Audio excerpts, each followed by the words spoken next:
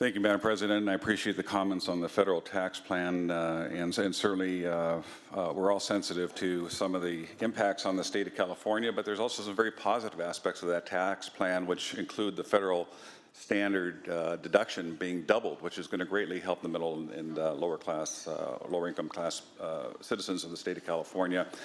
But I want to stand up today and I want to commend the Pro Tem on his ingenuity in creating and helping the richest of the rich.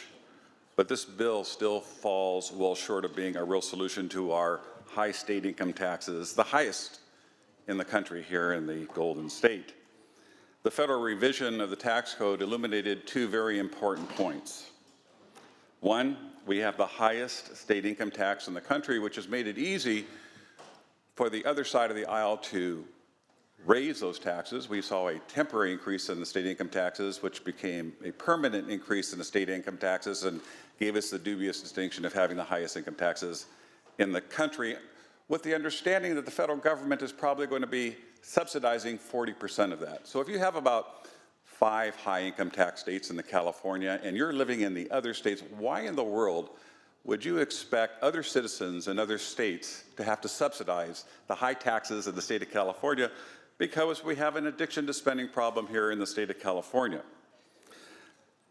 So the other states do not have a state income tax like Texas and Tennessee, Nevada, Washington, or states that have a much lower and acceptable state income tax, such as Arizona, around 5%.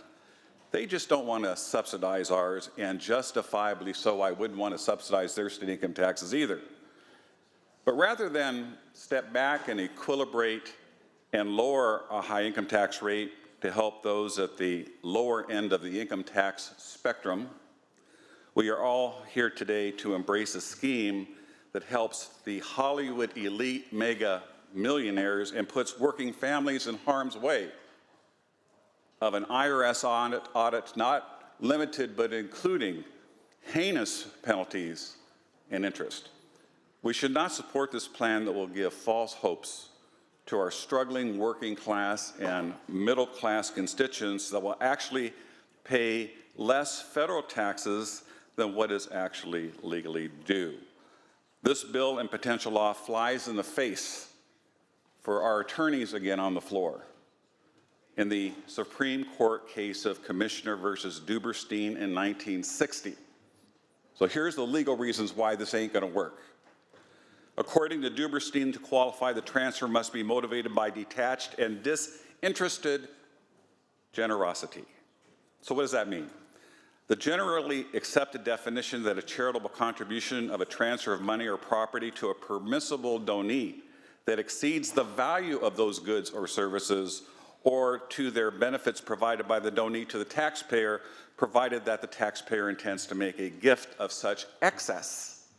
In other words, the taxpayer transfer money or property that exceeds the value of any return benefit to that respective taxpayer. Hence, if we have a taxpayer that makes $500 grand a year, they find themselves in the 13.3% tax bracket, their California income tax liability is going to be about $66,500.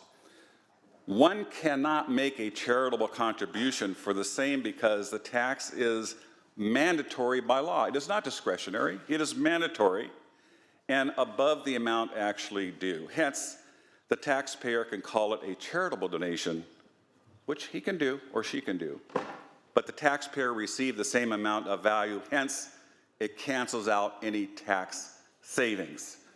So let's not lead our citizens down the wrong path.